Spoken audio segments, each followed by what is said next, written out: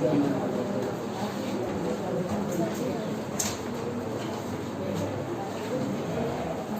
મારા વિદ્યાર્થી ભાઈઓ અને બહેનો, લાસ્ટ લેક્ચરમાં આપણે લાઇસોસોમ્સ, જેને આત્મઘાતી અંગિકા કહેવાય, સ્યુસાઇડ બેટ, બરાબર, આત્મઘાતી અંગિકા.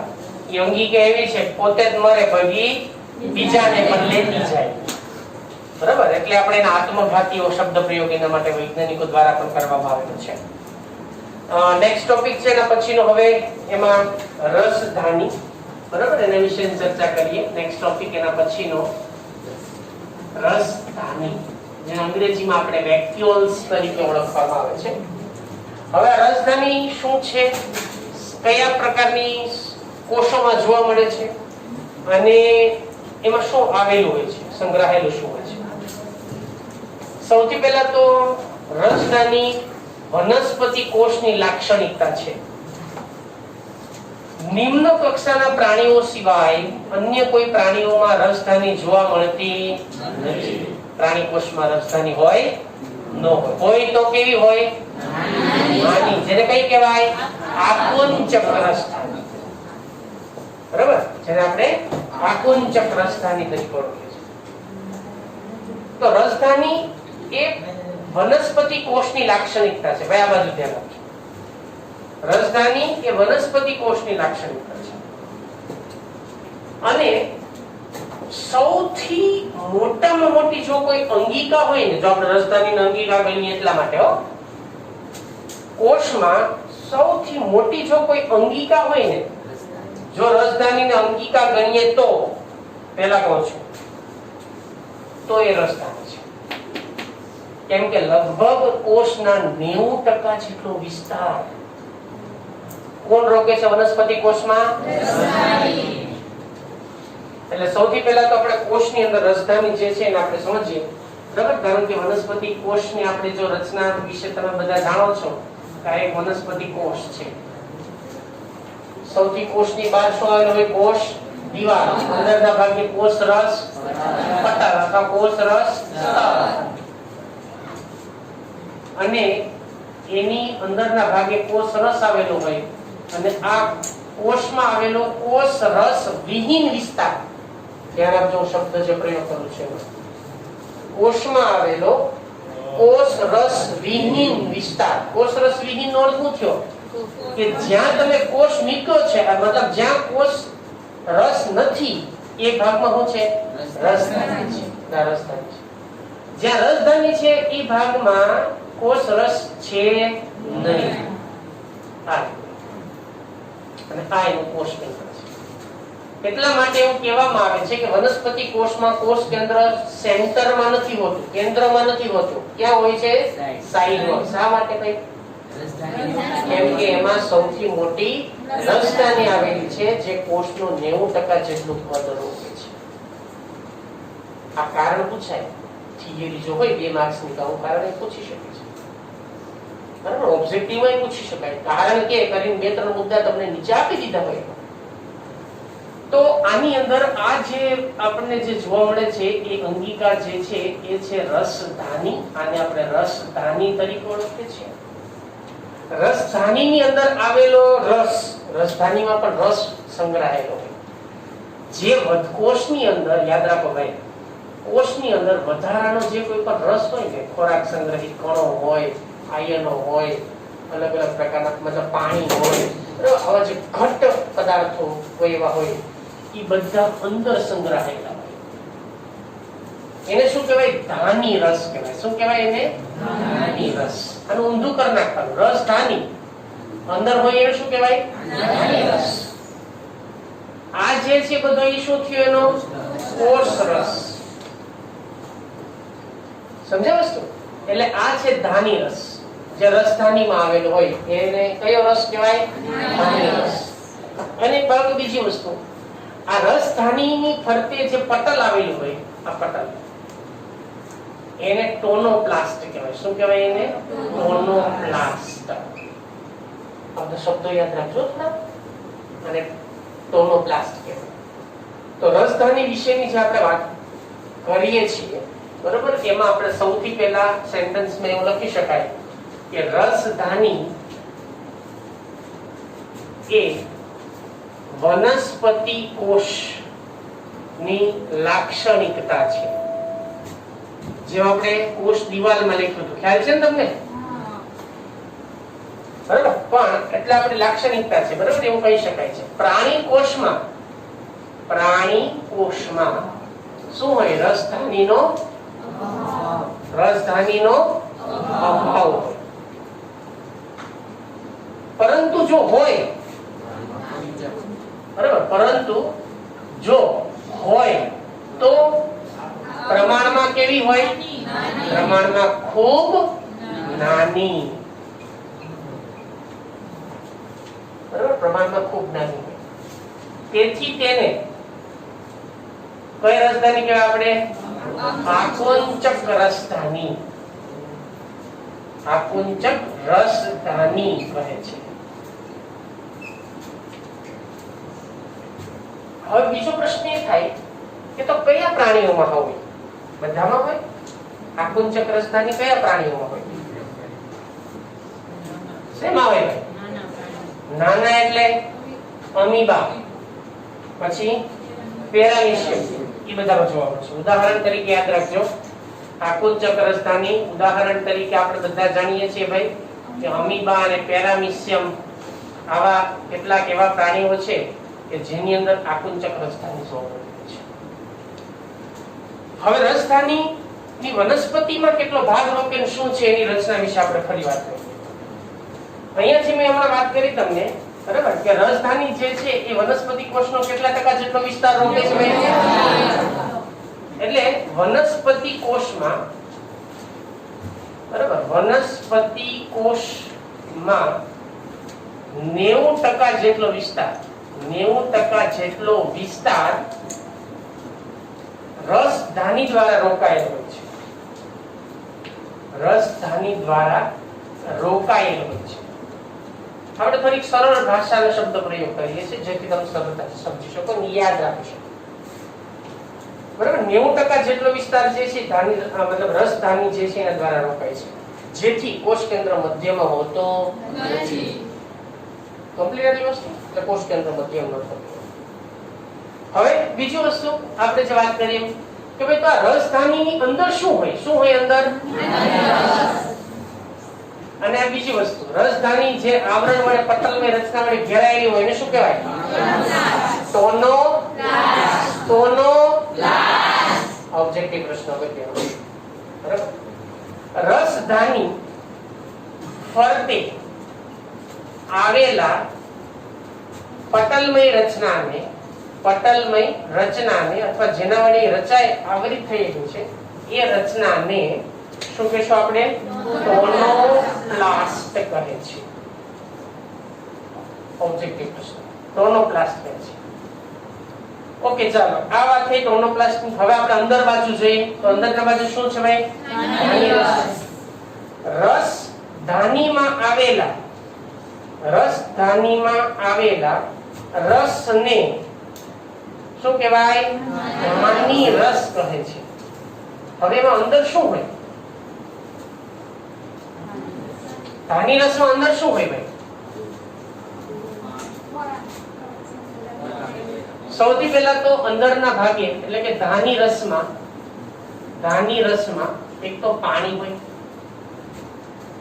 બીજું ખોરાક સંગ્રહ જે છે એના માટેનો અલગ અલગ કણિકાઓ હોય, તેલી બિંદુઓ હોય, પ્રોટીનની કણિકા હોય, લિપિડની કણિકાઓ હોય, કાર્બોદિત પદાર્થો હોય, બરાબર, અલગ અલગ પ્રકારના ખનિજ પોષકો તો પણ હોય, જુદા જુદા ખનિજ તત્વો પણ આવેલા હોય, બરાબર, ઉત્સર્ગ પદાર્થો પણ હોય. Very good.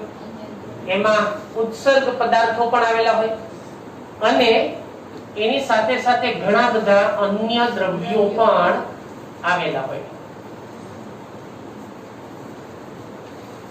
આ બધું અંદર હોય, બરાબર. જો ભાઈ રસધાની છે ને, કોષ રસમાં સમજો, કોષ રસમાં બધી અંગિકા આવેલી છે કે નહીં? આ અંગિકા ચોક્કસ કાર્ય સાથે સંકળાયેલી છે. આપણે ઓલરેડી ઘણા બધાની વાત કરી ચૂક્યા છીએ, પરંતુ આપણે અંતઃપટલમય તંત્રની વાત કરીએ છીએ. જાણો છો તમે અંતઃપટલમય તંત્ર? અંતઃપટલમય તંત્રના કેટલા આપણે વાત કરી હતી? કોણ કોણ સંકળાયેલું છે એમાં? સૌથી પહેલું કોણ? અંતઃકોષ રસજાળ. બીજું, ત્રીજું, ચોથું. દરેક અંગિકા એકબીજા સાથે સંકળાયેલી છે. તો હવે આની અંદરથી જે કોઈ પણ ઘટકો, યાદ કરો આપણે વાત કરી કે અંતઃકોષ રસજાળ જે છે એના દ્વારા પણ લિપિડ અને પ્રોટીનનું સંશ્લેષણ થાય. આપણે ગોલ્ગીની અંદર પણ વાત કરી કે એમાં ગોલ્ગી પ્રોટીન ને ગોલ્ગી લિપિડનું સંશ્લેષણ થાય ને? બસ એવી જ રીતે લાઇસોસોમ્સની અંદર પણ પુટિકાઓની અંદર ઘણા બધા ઉત્સેચકો, હાઇડ્રોલાઇટિક એન્ઝાઇમ્સ એમાં સંગ્રહાયેલા હોય. તો આ બધા જ ઘટકો ધીમે ધીમે કોષ રસમાંથી સાનુકૂલિત સક્રિય વહન દ્વારા, જો હું સાનુકૂલિત કહું છું, સક્રિય કહું છું, કેમ કે આની અંદર પ્રોટીન આવેલા હોય, એની અંદર પ્રોટીન કાર્યકારી છે. એ બધા પ્રોટીન હોય. શેમાં પ્રોટીન હોય ના? ટોનોપ્લાસ્ટ. આ પ્રોટીન એ એટીપી ની મદદ વડે જે ઘટકો અહીંયા હોય ને એ બધા અંદર મોકલે છે. શા માટે? અંદર ઘટકો કયા કયા પ્રવેશે? ભાઈ મેં શું કીધું તમને? પાણી, ખોરાક સંગ્રહ, ખનિજ તત્વો, ઉત્સર્ગ પદાર્થો, અન્ય દ્રવ્યો જે બધા હોય ક્યાં? પેલા કોષ રસમાં. કોષ રસમાંથી ક્યાં જાય? રસધાનીમાં અંદર. શેમાં? હોય ક્યાં બધા? કોષ રસમાં. જાય ક્યાં? પણ એ ધાની રસમાં જવા માટે કોણ વચ્ચે નડે? ટોનોપ્લાસ્ટ. ટોનોપ્લાસ્ટ જે છે ને એ ટોનોપ્લાસ્ટ ની અંદર સક્રિય વહન થાય. કયું વહન થાય? સક્રિય. શા માટે સક્રિય વહન? મેં કીધું યાદ કરો. સક્રિય વહન શા માટે થાય? સક્રિય વહન ક્યારે થાય? સંકેન્દ્ર ઢોળાંશની વિરુદ્ધ દિશા. જો યાદ રાખો ભાઈ, અને ધ્યાન રાખો. કોષ રસની સાંદ્રતા ધાની રસ કરતા કેવી હશે? કોષ રસની સાંદ્રતા ધાની રસ કરતા કેવી હશે? ઓછી કે વધારે? વિચારીને કહેજો ભાઈ, આમ નામ ફેંકમ ફેંક ન કરતા. સમજો. આમાં ઘણા બધા દ્રવ્ય સંગ્રહાયેલા છે અંદર. એ મેં નામ લખ્યા છે. અહીંયા પાણી ને બાકીના દ્રવ્યો પણ છે જ. અહીંયા સાંદ્રતા વધારે હશે કે અહીંયા સાંદ્રતા વધારે હશે? સાંદ્રતા ક્યાં વધારે હશે? ક્યાં વધારે હશે? તો ધાની રસમાં સાંદ્રતા વધારે હોય તો તમે એક સિમ્પલ વસ્તુ વિચારો કે સાંદ્રતા અહીંયા વધારે છે, અહીંયા સાંદ્રતા વધારે છે, અહીંયા સાંદ્રતા ઓછી છે. ઓછી સંકેન્દ્રણ વાળા વિસ્તારમાંથી વધુ સંકેન્દ્રણ વાળા વિસ્તારમાં ઢાળ ચડવાનો છે. સમજી ગયા? સંકેન્દ્રણ ને વિરુદ્ધ આવે એટલે શું ચડવાનું? આપણે વિચારવાનું ગિરનાર ચડવાનું છે. અહીંયા પણ દ્રાવણ એ ગિરનાર ચડવાનું છે. બરાબર? રોપવે એમ નથી બેઠવાનું. રોપવે એટલે પ્રોટીન. જો અહીં પણ વાહક પ્રોટીન રોપવે અંબાજી સુધી લઈને વૈયા ગયા. રોપવે બેઠી ગયા, પછી દત્તાત્રેય જશું ચડી ગયા. એટલે અહીંયા એ જ વસ્તુ છે. અહીંયા વાહક પ્રોટીન રોપવે જેવું કામ કરે છે. જો અહીંયા સાંદ્રતા કેવી છે? ઓછી છે. ક્યાં? કોષ રસમાં. ક્યાં સાંદ્રતા વધારે છે? ધાની રસમાં. ધ્યાન આપજો. હવે અહીંયા કોષ રસમાં સાંદ્રતા ધાની રસ કરતા કેવી છે? ઓછી છે. ઓછી છે.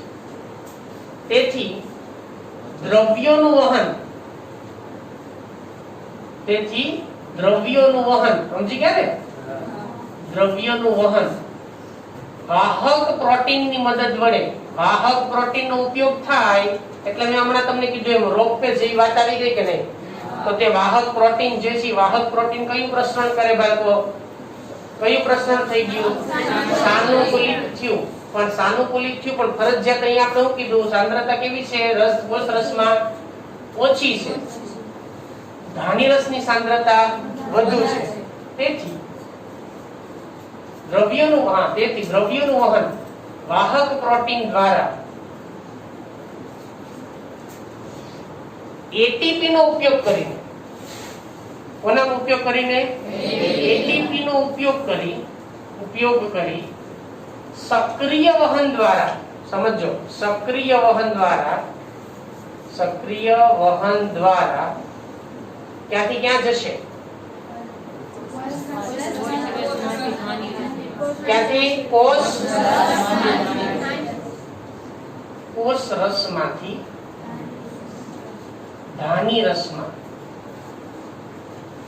પ્રવેશે છે, દાખલ થાય છે, જે ઘટનાને સક્રિય વહન કરે છે. મેં લખ્યું છે આગળ, છતાં હું રિપીટ કરું છું, આને સક્રિય વહન કરે છે.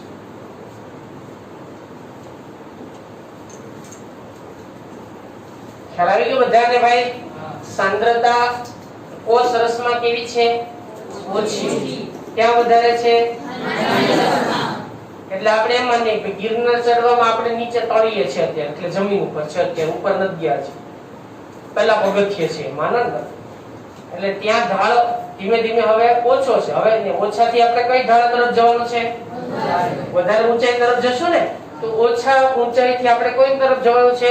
વધારે ઊંચાઈ. તો ઓછા સંકેન્દ્રણ વાળા વિસ્તારમાંથી વધુ સંકેન્દ્રણ વાળા વિસ્તારમાં જવું હોય તો આપણે ફરજિયાત એમાં શેની જરૂર પડે? એટલે કયું વહન થયું? સક્રિય. પણ એના માટે ભાગ કોને ભજવ્યો છે? એને અનુકૂળતા સાધી છે થોડી, પણ છતાંય સક્રિય વહન તો જોશે અને જોશે જ, એટલે થાય છે. તો આ રીતે કોષ રસમાંથી ઘટકો જે છે રસધાનીમાં સંગ્રહ થાય છે. ઘણા સજીવો એવા છે, જેમ કે પ્રોટિસ્ટાની હું વાત કરું, સમજો પ્રોટિસ્ટા. તો પ્રોટિસ્ટા અને એવા બધા સજીવો ઘણા બધા એવા છે. પ્રોટિસ્ટાની અંદર સમાવિત જે બધા સજીવો છે, પ્રોટિસ્ટામાં સમાવિત સજીવો, એ રસધાનીની અંદર શું કરે છે ખબર? એ રસધાનીમાં ઘણા ખરા એનો ખોરાક ને બધાના સંગ્રહ માટે, ખોરાકના ને એના સંગ્રહ માટેનો ઉપયોગ કરે છે. તેનો અર્થ એ છે કે વધારાનો ખોરાક એ ક્યાં કોક સેવા મોકલી દેશે ભાઈ? રસધાની. એના માટે તો રસધાની ટિફિનનો ડબ્બો થઈ ગયો. ઘણા મહેમાન થઈને જાય તો અમુક પ્રસંગોમાં ખબર છે ને, તો ભેગું ટિફિન લેતા જાય, ખવાય એટલું ખાય ને બીજું લઈને આવે. આ એના જેવું કામ છે. પોતાની અંદર જેટલો ખોરાકનો સંગ્રહ થશે એ તો કોષ રસમાં કરશે, બાકીનો વધારાનું ક્યાં મોકલી દેશે? રસધાની. એટલે જ્યારે એને જરૂર પડશે ને ત્યારે પાછો અહીંયાથી બહાર કોષ રસમાં લાવશે. જો અહીંયા અંદરથી બહાર લાવવામાં એને મુશ્કેલી નહીં પડે. તમે એકવાર ડુંગરો ચડી ગયા પછી ઉતરવામાં તકલીફ પડશે પછી જેટલા સમયમાં ચડ્યા ને એના કરતા અડધા સમયમાં ઉતરી જશું. તો એ થયું ને સંકેન્દ્ર ઢાળાંશની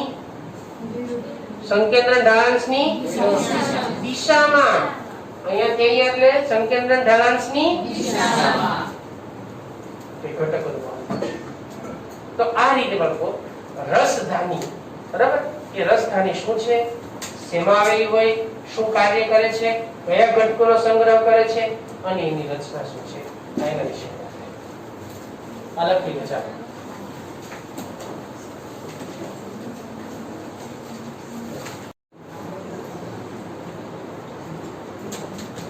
ઓકે. તો ગણાંક સૂત્ર વિશે હવે આપણે આગળ વાત કરીએ ને પછી નેક્સ્ટ અંગિકા જે છે. ગણાંક સૂત્ર ને જો આપણે કોષમાં એને જોવું હોય માઇક્રોસ્કોપની અંદર, આપણે એમાં સાદા માઇક્રોસ્કોપમાં ગણાંક સૂત્ર નહીં દેખાય, પણ થોડુંક હાઈ રિઝોલ્યુશન વાળું જો માઇક્રોસ્કોપ હોય, બરાબર, જો એની અંદર આપણે ગણાંક સૂત્રને જોવું હોય તો એને અભિરંજિત કરવું પડે. કોઈ પણ અંગિકા હોય કે કોષનો કોઈ પણ ઘટકો હોય એને જો આપણે એમાં જોવા હોય તો એને યોગ્ય અભિરંજકની મદદ વડે અભિરંજિત કરવું પડે તો એ દેખાય આપણને, બરાબર? તો આપણે માઇક્રોસ્કોપમાં એને સરળતાથી જોઈ શકીએ. તો એવી રીતે ગણાંક સૂત્રને જો આપણે માઇક્રોસ્કોપમાં જોવું હોય તો એના માટેના એક અભિરંજક છે જેનું નામ છે જેનિસ ગ્રીન, બરાબર? આ નીટમાં પૂછાયેલો પ્રશ્ન છે. એટલે ગણાંક સૂત્ર અભિરંજક થયા વગર માઇક્રોસ્કોપમાં એને જોઈ શકાતું નથી. એટલે સૌથી પહેલો આપણે સેન્ટેન્સ એમાં જે છે એના વિશે લખીએ. ગણાંક સૂત્રને અભિરંજિત કર્યા સિવાય, અભિરંજિત થયા વગર સૂક્ષ્મદર્શક યંત્રમાં, માઇક્રોસ્કોપમાં જોઈ શકાતું નથી. જોઈ શકાતું નથી. તેને નામ યાદ રાખજો અભિરંજકનું, જેનિસ ગ્રીન. બરાબર, જેનિસ ગ્રીન.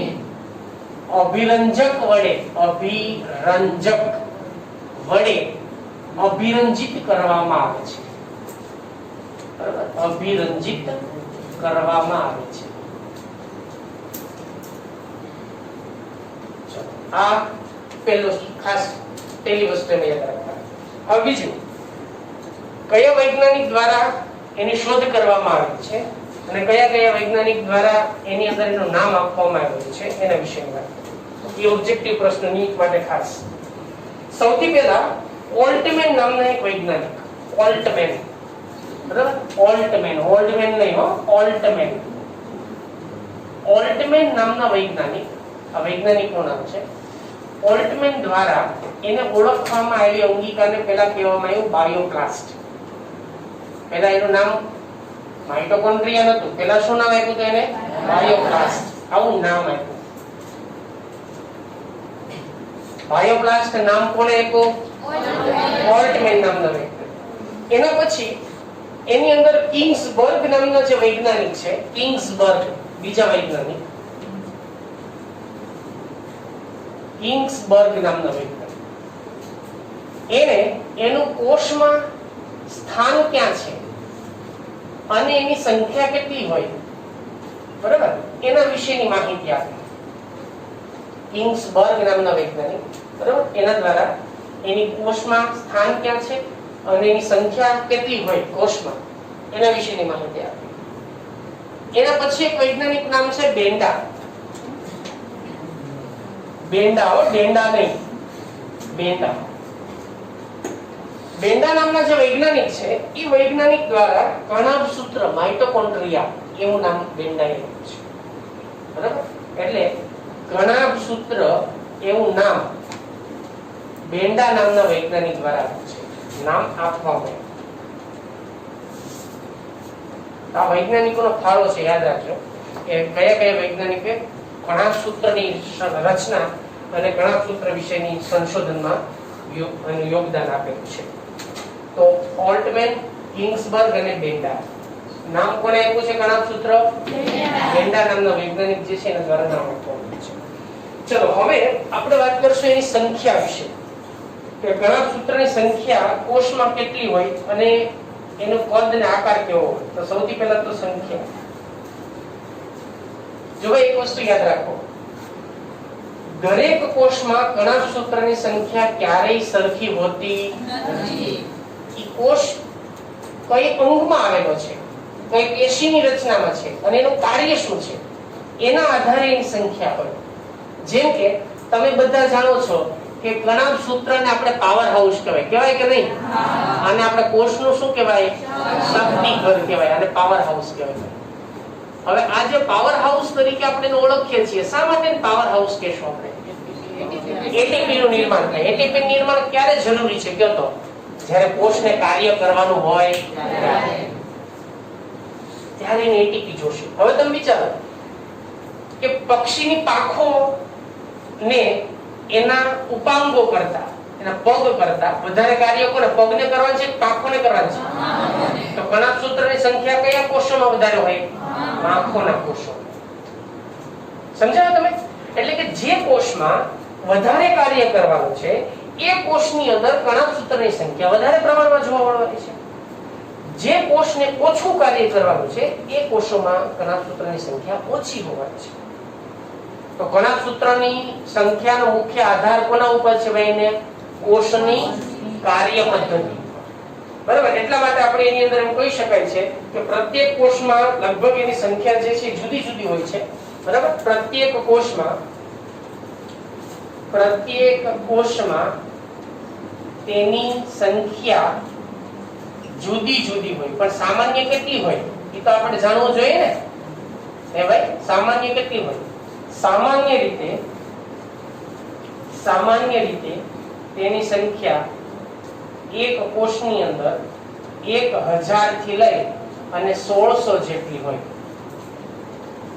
પછી જેવું કામ, મેં પહેલા જ કીધું હતું, જેવું કામ, બરાબર, એટલી સંખ્યા 1000 હોય, 1200 હોય, 1500 હોય અને 1600 હોય. શું કામ છે એનું, એના આધારે એની સંખ્યા નક્કી થાય. તો આ છે એની સંખ્યા. હવે આપણે વાત કરશું એના જે રચના છે, બરાબર, એનું રચના જે છે એનો આકાર અને કદ વિશે. તો હવે પછી આપણે એના કદ અને આકાર વિશે વાત કરીએ. તો સૌથી પહેલા આપણે વાત કરશું એની અંદરનો આકાર વિશે. જો આનો આકાર ફિક્સ નથી હોતો. કેટલાક કોષો એવા છે કે એની અંદર ચપટી હોય, કેટલાક કોષો એવા છે કે એમાં ગોળાકાર હોય, કેટલાકમાં લંબ ગોળાકાર હોય, કેટલાકમાં પટ્ટીમય રચના ધરાવતી હોય. એટલે વિવિધ આકાર, બરાબર. એટલે એનો આકાર, તેના આકારમાં ઘણી વિવિધતા જોવા મળે છે. તેના આકારમાં વિવિધતા જોવા મળે છે. કેટલાક કોષો એવા છે કે એની અંદર એ આપણને ગોળાકાર પણ જોવા મળે, કેટલાકમાં આપણને લંબ ગોળાકાર પણ જોવા મળે, કેટલાકમાં આપણને બિંબાકાર પણ જોવા મળે, કેટલાકમાં આપણને ચપટી પણ જોવા મળે, બરાબર. કેટલાકની અંદર પટ્ટીમય પણ જોવા મળે છે. જોવા મળે છે.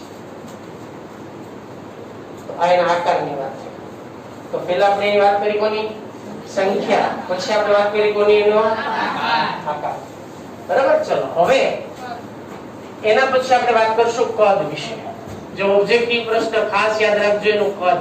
ચલો, અને અંડરલાઈન કરજો ટેક્સ્ટ બુક ની અંદર પણ. તો કદની જો આપણે વાત કરીએ, બરાબર, તો એનો વ્યાસ કેટલો છે? 0.2 થી 1 માઇક્રોમીટર જેટલો વ્યાસ. આનો વ્યાસ છે 0.2 થી 1.0 μm. બરાબર, આટલો વ્યાસ છે. બીજી વસ્તુ, એની લંબાઈ કેટલી છે? 1.0 થી 4.1 μm. જો એટલે લંબાઈમાં પણ વિવિધતા છે, કદમાં પણ વિવિધતા છે, લંબાઈમાં પણ વિવિધતા છે, બરાબર. દરેક બાબતમાં વિવિધતા જોવા મળે છે. હવે એની રચના વિશેની વાત કરીએ. એના માટે તમારે મારી સાથે આકૃતિ દોરતી જવી પડશે. રચના, આ જગ્યા છોડી દેજો અને આકૃતિ મારી સાથે તમે દોરજો, એટલે તમને દોરવી કઈ રીતે એ જોડે જોડે શીખાય છે. બરાબર. થોડી જગ્યા છોડી દેજો, જોઈ લેજો તમારે એટલે આટલા લખાણ માટે કેટલી કેટલી જગ્યા જોઈએ. મને લાગે લગભગ બધા ટોપિક માટે એક એક બબે લીટી વિચાર લ્યો ખાલી. એટલે આ 10-12 લાઈન છે, ભલે ને 1-2 લાઈન વધે, કઈ વાંધો નહીં. બરાબર. હવે એની આકૃતિ તમારે મારી સાથે દોરતા શીખવાનું છે બાળકો. તો આપણે ગણાંક સૂત્રની જે સામાન્ય રચના કઈ રીતે દોરવી ને એના વિશેની વાત કરીએ. તો આ સૌથી પહેલા તો એનું બાહ્ય પટલ. ગણાંક સૂત્રમાં આપણને બે આવરણો જોવા મળે છે. એક જેને બાહ્ય આવરણ કહેવાય,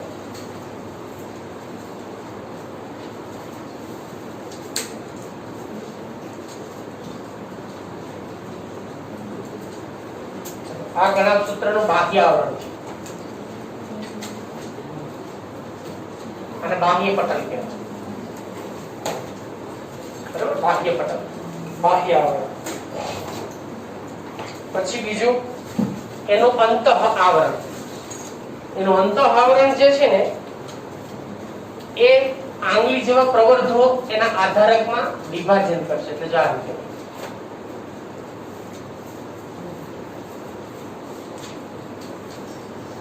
મારી સાથે દોરતા શીખતા જજો બાળકો.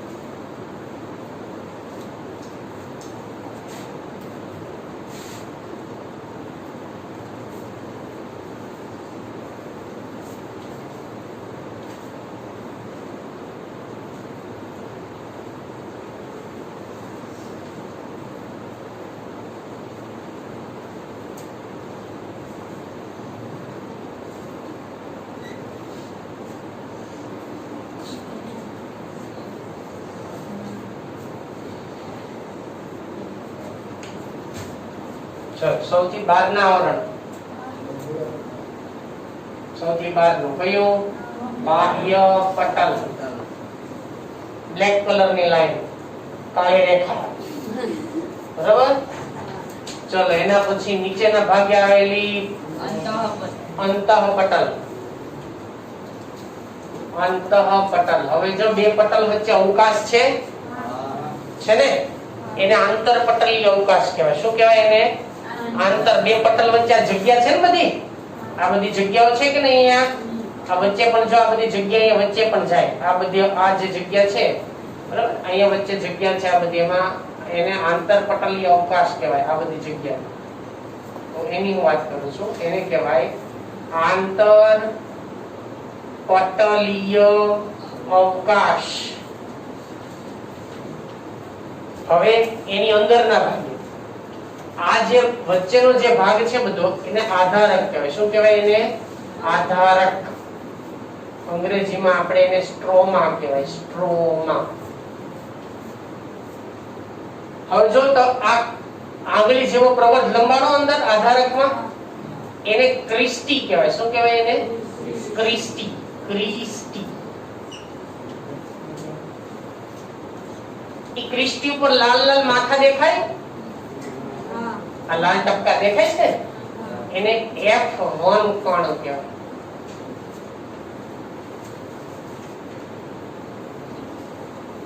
આ એનું પોતાનું ડીએનએ છે, એને mDNA કહેવાય, માઇટોકોન્ડ્રિયલ ડીએનએ. આ એનો પોતાનો રિબોઝોમ, 70S પ્રકારના રિબોઝોમ્સ હોય એમાં. આ પ્રોટીનના કણ છે, નાના નાના જે છે ને એ બધા પ્રોટીનના કણ છે. આવી રચના આપણને એમાં જોવા મળશે.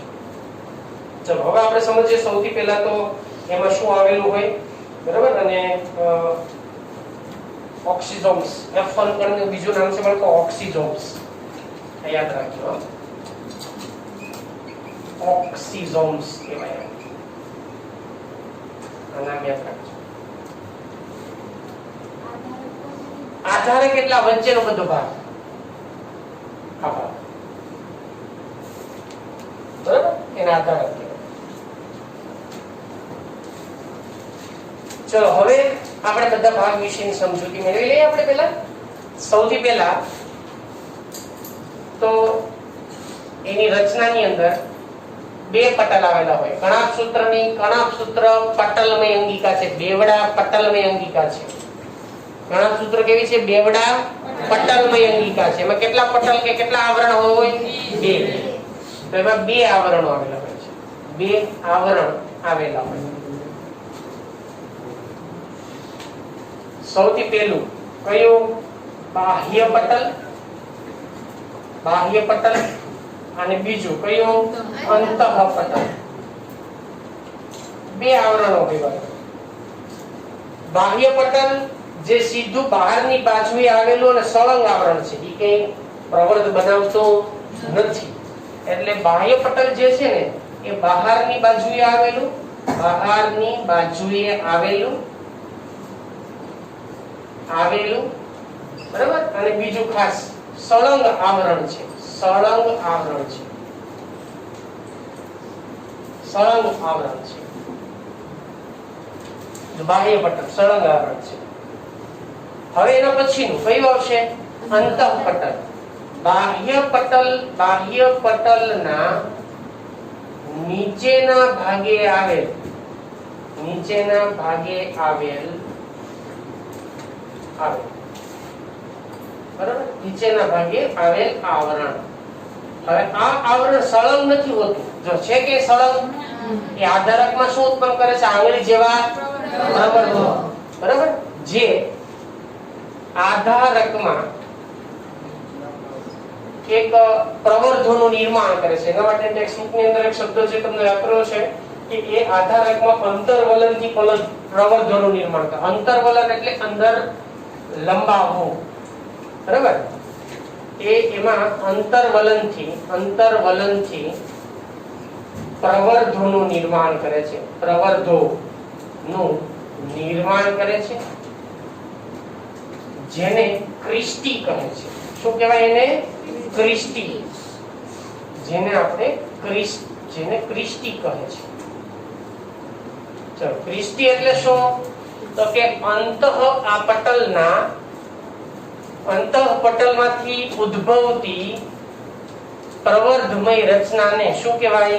ક્રિસ્ટી. એટલે ક્રિસ્ટીનું નિર્માણ ક્યાંથી થયું? અંતઃપટલમાંથી. બરાબર, અંતઃપટલ અંતર્વલન પામી એટલે કે અંદરના બાજુએ લંબાય અને શેનું નિર્માણ કરે છે? પ્રવર્ધમય રચના. એને શું નામ આપ્યું? ક્રિસ્ટી. હવે બે આવરણ વચ્ચે આવેલા અવકાશને શું કહેવાય?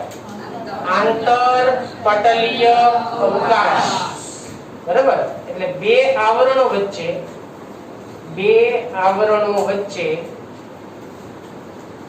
આંતરપટલીય અવકાશ આવેલો હોય છે. અવકાશ હાજર હોય એટલું જ લખ નાખો, આમ તો તમે સમજી જશો. તો એને શું કહેવાય? આપણે બે આવરણ વચ્ચે આવેલા અવકાશને આંતરપટલીય અવકાશ. બરાબર, એ તમે જાણો છો. હવે એના પછી આપણે આગળ વાત કરીએ. વચ્ચેના ભાગને શું કહેશું આપણે? આધાર. બરાબર, એટલે તેમાં વચ્ચેના ભાગને આધારક સ્ટ્રોમા શું કહેશું આપણે? એને સ્ટ્રોમા ગુજરાતીમાં કહેવાય આધારક કહે છે. બરાબર, એને શું કહેવાય? આધારક કહેવાય. હવે તમે જુઓ આ ક્રિસ્ટી ઉપર જે લાલ ટપકા શું કહેવાય? એને F1. હું એના વિશે થોડી વાત કરું. ક્રિસ્ટી પર આવેલા કણને F1 કણ કહે છે.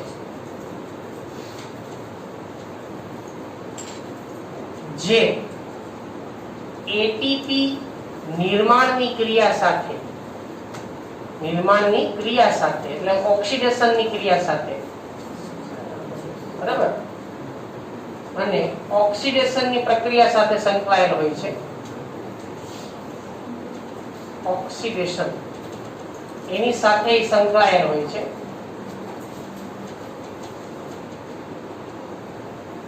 તેથી તેને શું નામ આપ્યું બાળકો? આપણે એને ઓક્સિઝોમ્સ. તેથી તેને શું કહેશું? ઓક્સિઝોમ્સ કહે છે. ઓક્સિઝોમ્સ કહે છે. જે ઇલેક્ટ્રોન પરિવહન અગત્યનો ભાગ ભજવે છે. ઇલેક્ટ્રોન પરિવહન તંત્ર અત્યારે નહીં સમજાય, પછી સમજાવીશું. બરાબર, જે ETS electron transport system electron પરિવહન તંત્ર માં અગત્યનો ભાગ ભજવે છે. F1 કણ. હવે જો હું આના F1 કણને આમાં ધ્યાન આપજો. આના F1 કણને જો અહીંયાથી બહાર કાઢું અને ઝૂમ કરીને આપણે જોઈએ કે કેવું હોય તો સમજજો. હવે હું આ F1 કણને એનલાર્જ કરું છું. આ F1 કણને અહીંયા બહાર કાઢું છું. તો F1 કણમાં ઉપરનો જે ભાગ છે ને માથા જેવો જે દેખાય છે ને આપણને, આ માથા જેવો ભાગ એને શીર્ષ કહેવાય. શું કહેવાય એને? શીર્ષ. પછી એમાં જો એક દંડ જેવો ભાગ, આમ ધર જેવો ભાગ લંબાયેલો છે કે નહીં? એની નીચેનો ભાગ છે ને આવો પહોળો ભાગ હોય નીચે, જે આની અંદર પટલમાં ખૂંચેલો હોય. સમજ્યા? પટલમાં શું હોય? ખૂંચેલો હોય. આ જે ભાગ છે એને શીર્ષ કહેવાય. શીર્ષ. આ એને શીર્ષનો જે ભાગ છે એને F1 નામ આપવામાં આવે છે. આ જે ભાગ છે એનો પાયો કહેવાય, બેઝ કહેવાય, પાયો. એને F0 નામ આપવામાં આવે. શું કહેવાય એને? F0. આને શું કહેવાય? F1. આને F0. આ પાયો છે જે આમાં અંદર પટલમાં અહીંયા ખૂંચેલો છે. બરાબર, એટલે આ પટલ છે. જો આ પટલ છે, આની અંદર આ ખૂંચેલો હોય, આ પટલમાં ખૂંચેલો હોય. આ પટલ છે ને એમાં પાયો અંદર ખૂંચેલો હોય. ભાઈ સમજાણું? એટલે આની અંદર ખૂંચેલો હોય. આ છે F1 કણની રચના. તો F1 કણ આ રીતે આપણને અંદર આવેલું જોવા મળે છે. જે ETS ઇલેક્ટ્રોન પરિવહન તંત્ર એમાં ખૂબ અગત્યનો ભાગ જે છે એના દ્વારા ભજવતો જોવા મળે છે. ચાલો બાળકો બીજું સ્ટ્રોમામાં આધારકમાં બીજું શું શું આવેલું છે જુઓ. હવે મેં શું લખ્યું છે અહીંયા? એક તો રિબોઝોમ્સ. કયા પ્રકારના? 70S ribosomes. બીજું શું છે? mRNA. પછી mDNA. પછી શું છે? પ્રોટીન. અને અમુક ક્યાંક ક્યાંક mRNA પણ એમાં આવેલા જોવા મળતા હોય છે.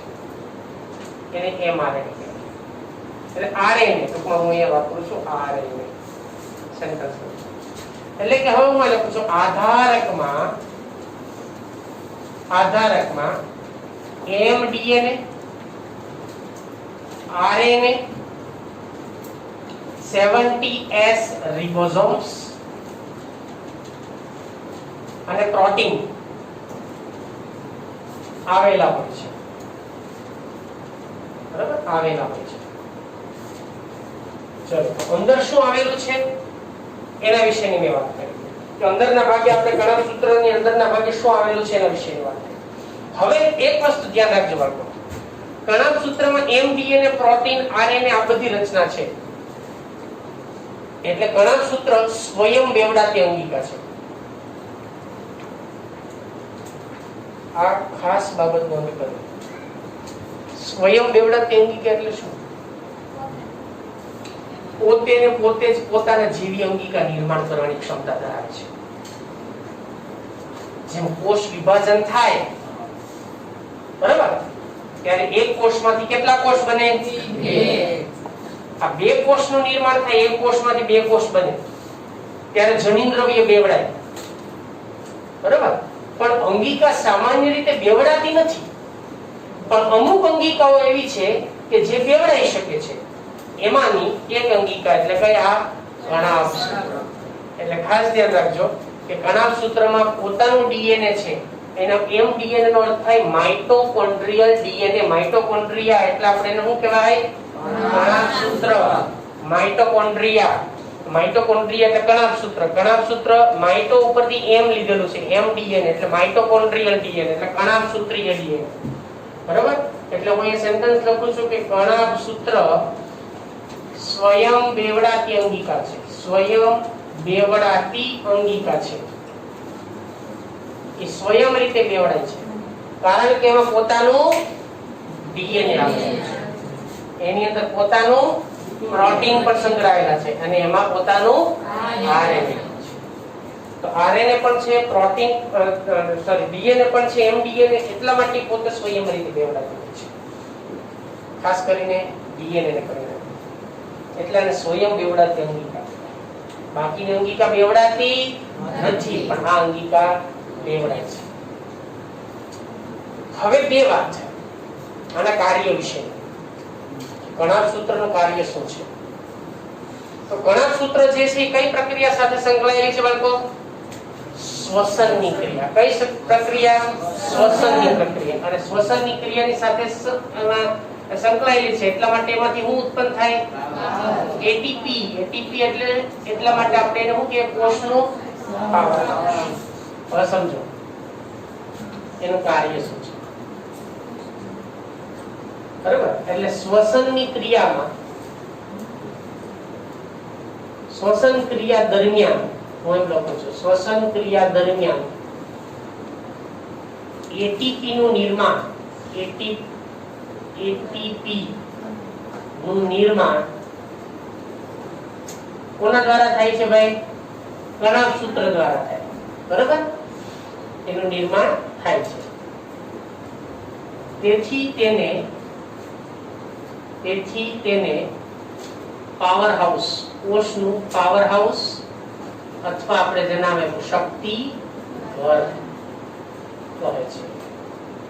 આનું કાર્ય છે એટીપી સંશ્લેષણ. એટલે કે ઘટકોનું પાચન કરવાનું. મતલબ પાચન ઇન ધ સેન્સ ઓક્સિડેશન કરવાનું. પાચન એટલે કે પચાવી નથી નાખતી પણ ઓક્સિડેશન કરે છે. અને ઘટકોનું ઓક્સિડેશન કરે એટલે એમાં ઉર્જા ઉત્પન્ન થાય છે. એટલા માટે એટીપી ઉત્પન્ન થાય છે. જો એ સમજો આપણે ખોરાકમાં ઘણા બધા ઘટકો લઈએ છીએ. હે સવાર નાસ્તો કર્યો ને બધે? શું કર્યું નાસ્તામાં? જો એમાં કાર્બોદિત મળ્યા તમને? કેળામાં ગળા લાગ્યા હતા? કેળા ગળા તો હતા ને? કાચા હતા તો એમાં તો વધારે ફાઈબર્સ હોય. બરાબર? તો એક તો એમાં ફાઈબર્સ વધારે હોય, બરાબર, પછી બીજું એમાં કાર્બોહાઈડ્રેટ્સ વધારે હતા, પછી એમાં અલગ અલગ પ્રકારના આવા જે કોઈ પણ પ્રોટીન્સ ને બાકીના ઘટકો હતા એમાં. હવે જો એના પરિણામ તમે વિચાર, તમે કેળા ખાધા છે, આપણે પાચન કરવાનું છે, હમણાં કંઈક બપોર પાછા જઈને કંઈક ઝાપટી લેશું વધારે પાછું, બરાબર, તો શાક રોટલી દાળ ભાત વગેરે જે whatever. તો હવે વિચારો તમે આટલો બધો ખોરાક ખાધો છે, એનું આપણે પાચન થયું, પાચન પછી એમાંથી ઘટકો પાચિત ઘટકો છૂટા પડ્યા ને આપણે એનો સ્ટોર કરતા ગયા વધારે કરવો નહીં. તો એ વધારે ન કરવા માટે શું કરવું પડે? તો કે આપણી સ્ટોર કરેલી જે કોઈ પણ ચરબી છે ને એને બાળવી પડશે, એને દહન કરવું પડશે, ઓગાળવી પડશે. તો હું ઓગાળવા માટે ભઠ્ઠા ઉપર બેસી જવાનું કઈ ભાઈ બેહાય, પણ શરીરને તપાવવું પડે એક્સરસાઇઝ થી, બરાબર? એ રીતે આપણે શરીરને માંથી ગરમી જેટલી બહાર નીકળશે એટલી ચરબી ઉકળશે, સીધી વાત છે. મેટાબોલિઝમ રેટને સુધારવો પડશે આપણે. તો એના પરિણામે સમજો હવે, તો એના માટે આપણે શક્તિ, એટલે કે આપણે જે ચરબી છે, ચરબીની પ્રક્રિયા જે છે એને ઓગાળવાની પ્રક્રિયા થાય, એને શું કહેવાય? ઓક્સિડેશન. શું કહેવાય? ઓક્સિડેશન. શું કહેવાય એને? ઓક્સિડેશન. તો આપણે ઘટકો જે કાર્બોદિત પદાર્થ આપણે ઉપયોગમાં લીધો છે એનું આપણે ઓક્સિડેશન કરશું. કોઈ પણ ઘટકનું કોઈ પણ રાસાયણિક ઘટક, સ્પેશિયલી પ્રોટીન, લિપિડ અને કાર્બોદિત, કોઈ પણ ઘટક, ખાસ કરીને આપણે મુખ્ય લઈએ છીએ ખોરાકમાં 3 ઘટકો, કાર્બોદિત, પ્રોટીન અને લિપિડ. આ ઘટકોનું ઓક્સિડેશનની પ્રક્રિયા થાય તો એમાંથી શું થાય? એટલા માટે આને શું કહેવાય? સમજાઈ ગયું? હવે આ કામ છે કણાભ સૂત્ર. આટલી વસ્તુ તમારા કણાભ સૂત્ર વિશે યાદ રાખવાની થશે. ચાલો, આમાં કોઈને કઈ પ્રશ્ન? હું ખૂબ ઝડપથી રિવાઇઝ કરું છું, ફરીવાર ધ્યાન આપજો અહીંયા, બરાબર? ચાલો, કણાભ સૂત્ર જે છે એને આપણે કઈ અભિરંજિત વડે અભિરંજિત કરાય? કોના દ્વારા એને બાયોપ્લાસ્ટ નામ આપ્યું? કોષમાં સ્થાન વિશે માહિતી. કણાભ સૂત્ર નામ કોણે આપ્યું? સંખ્યાની અંદર આપણને વિવિધતા જોવા સામાન્ય સંખ્યા કેટલી? આકારમાં પણ વિવિધતા જોવા મળશે, જેમ કે અમુકમાં ગોળાકાર, લંબાકાર, ચીમકાકાર, ચપટીમય, પટ્ટી આકારના વગેરે હોય, જુદા જુદા આકારના હશે. કદ, એનો વ્યાસ કેટલો? લંબાઈ કેટલી?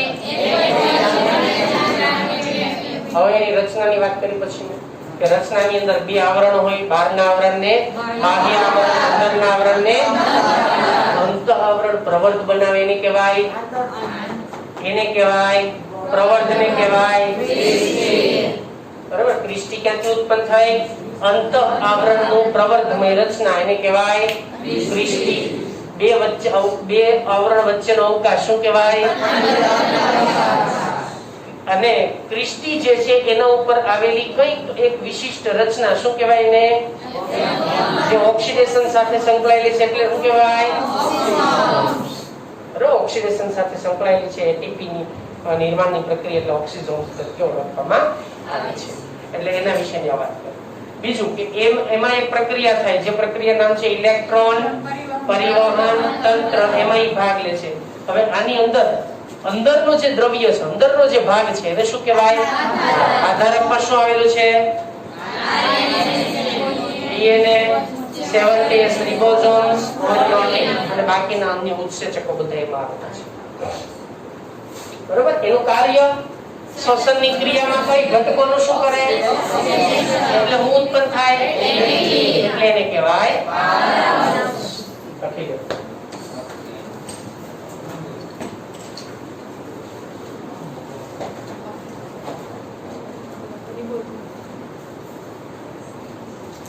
ચલો બાળકો, હવે એમાં આપણે એક બીજી નાની અંગિકા વિશેની વાત કરીએ, રિબોસોમ્સ.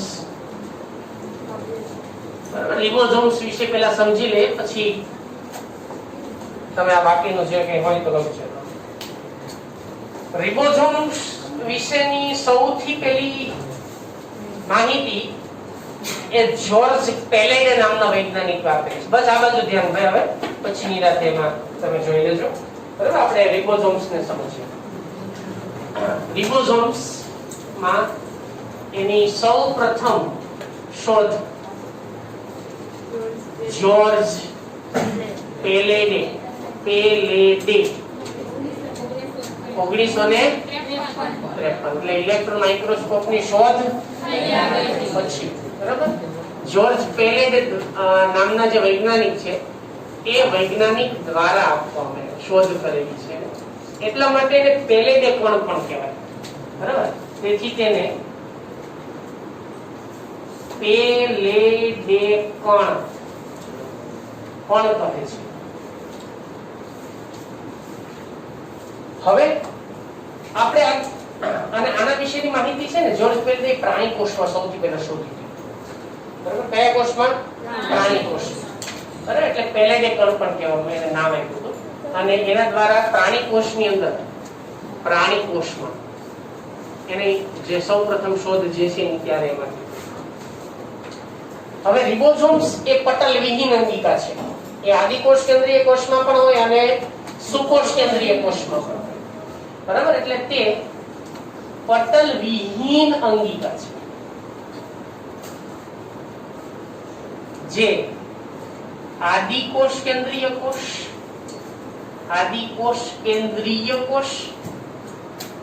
અને સુકોષ કેન્દ્રીય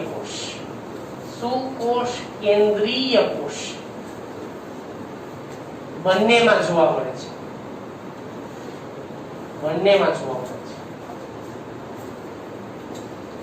બરાબર. એના ફરતે કોઈ પટલ હોતો નથી.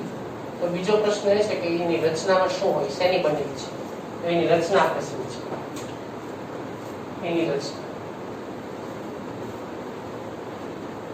બરાબર. રિબોસોમ્સ બે ઘટકોની મુખ્યત્વે બનેલી છે, બરાબર. એમાં એક ઘટક છે પ્રોટીન અને બીજું ઘટક છે આરએનએ જે ન્યુક્લિક એસિડ છે. એક છે પ્રોટીન અને બીજું છે આરએનએ ન્યુક્લિક એસિડ છે. એટલે એમાં મુખ્ય બે ઘટકો હોય. એક કોણ હોય? પ્રોટીન. બીજું કોણ હોય? આરએનએ. આરએનએ માં પણ સ્પેશિયલી આરઆરએનએ. આરઆરએનએ નું પૂરું નામ થશે રિબોસોમલ આરએનએ. આ આર શબ્દ જે છે એનો અર્થ જ થાય રિબોસોમલ આરએનએ.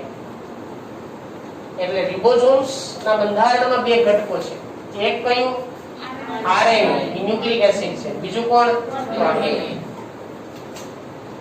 હવે એની સંખ્યાના આધારે એના બે પ્રકાર પડે. યાદ કરો, મેં આગળ તમને કીધું સંખ્યાના આધારે બે પ્રકાર પડે. એક મોનોસોમ્સ અને બીજું પોલિસોમ્સ. યાદ છે ને? અથવા પોલીરિબોસોમ્સ. ખબર છે ને? મોનોસોમ્સ એટલે શું? કે એક એમઆરએનએ ઉપર આવેલા રિબોસોમની સંખ્યા કેટલી? 1. મોનોસોમ્સ એટલે એક ની સંખ્યામાં હોય. અને પોલિસોમ્સ એટલે એક કરતા વધારે, એટલે કે ઘણી સંખ્યામાં હાજર હોય. અને એક જ સંખ્યા હોય તો મોનોસોમ્સ કહેવાય, વધારે હોય તો એને પોલિસોમ્સ. યાદ રાખજો, મોનોસોમ્સ અને પોલિસોમ્સ. યાદ રાખજો, બરાબર. કે મોનોસોમ્સ કોને કહેવાય? પોલિસોમ્સ કહેવાય. પોલિસોમ્સ ઇટ મીન્સ પોલીરિબોસોમ્સ. આપણે ઓલરેડી વાત કરી ચૂક્યા છે આગળ, ખબર છે ને? વધારે હોય સંખ્યા. હવે રિબોસોમ્સ ના બે પ્રકાર, બરાબર. રિબોસોમ્સ ના બે પ્રકાર. ચલો હવે એના બે મુખ્ય પ્રકારની વાત કરીએ છીએ. એક જેને કહેવાય 80S પ્રકારના રિબોસોમ્સ અને બીજું 70S. આ S એટલે શું મેં તમને કીધું, ખબર છે ને? S સ્વેટબર્ગાંક, બરાબર. સ્વેટબર્ગાંક કહેવાય આને, સ્વેટબર્ગાંક. બીજું શું મેં તમને એનું ગુજરાતી કીધું હતું? ઠારણાંક. યાદ છે? બરાબર? એટલે સ્વેડબર્ગ અંક અથવા તો એને ઠારના અંક તરીકે પણ આપણે ઓળખીએ છીએ, જે ખરેખર એનું કદ અને ઘનતાનું માપ દર્શાવે છે. શું દર્શાવે છે? આ S યાદ રાખજો, એના કદ અને એની ઘનતા એનું માપ દર્શાવે છે.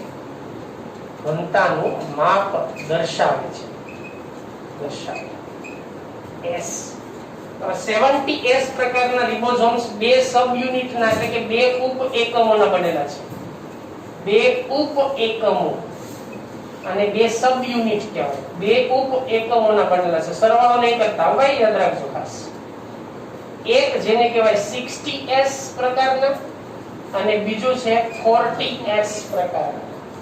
જ્યારે 70S પ્રકારના રિબોઝોમ પણ બે સબ યુનિટના બનેલા છે, જેમાં એક જેને કહેશું આપણે કયો 50S. વેરી ગુડ, આ ભણી ગયા છે આગળ આપણે. અને બીજો 30S. બે સબ યુનિટ છે અને સબ યુનિટ કહેવાય. એટલે એક મોટો યુનિટ, બરાબર, એક મોટો યુનિટ જે 60S હોય અને આ નાનો યુનિટ છે 40S. આની અંદર મોટો યુનિટ 50S હોય અને એનો નાનો યુનિટ 30S. હવે ભાઈ આ બેને જોડવા તો પડશે ને. કોને કોને? 50S ને 30S ને 40S ને 60S એ જોડવામાં એક ખનિજ પોષક તત્વો ભાગ લે. મેગ્નેસ. નામ સાંભળ્યું તમે? Mg. તો હું એનો કહું છું, બરાબર? આ બેને જોડવાનું કામ કોણ કરે છે? મેગ્નેસ છે. Mg+2 મેગ્નેસ. એના વડે બંને જોડાય છે. આ બંને કોના વડે જોડાય છે? તો રિબોઝોમ શું છે તમને ખ્યાલ આવી ગયો? કેટલા સબ યુનિટ છે પણ ખ્યાલ આવી ગયો? લાસ્ટ છેલ્લું કાર્ય એક જ મુખ્ય કાર્ય છે. શું? પ્રોટીનનું સંશ્લેષણ. તો મુખ્ય કાર્ય છે એનું પ્રોટીન સંશ્લેષણ. એ વાત પૂરી. તો રિબોઝોમ્સ ની શોધ કોણે કરી બાળકો? આ કઈ અંગિકા છે? શેમાં જોવા મળે? એ શેની બનેલી હોય? મુખ્ય કયો આરએનએ? આર નો અર્થ શું થાય? સંખ્યાના આધારે કેટલા પ્રકાર? એક, બીજો. રિબોઝોમ્સ ના સામાન્ય રીતે બે કોષની અંદર જે પ્રકારના હોય એના પ્રકાર કયો? બે. એક ATS. શેમાં હોય ATS પ્રકારના? સુકોષ કેન્દ્રીય કોષમાં. શેમાં હોય? સુકોષ કેન્દ્રીય કોષ. અને 70S શેમાં હોય? આદિ કોષ કેન્દ્રીય કોષ. આ તો આપણે ભણી ચૂક્યા છે. આ ATS આપણા માટે નવું. બરાબર? બે સબ યુનિટ. સબ યુનિટ એટલે ગુજરાતીમાં શું કહેવાય? તો અહીંયા આપણે કોના વિશેની વાત કરીએ? અહીંયા સુધી રાખશું, બાકી લખી નેક્સ્ટ લેક્ચરમાં આપણે નવી ચર્ચા કરીશું.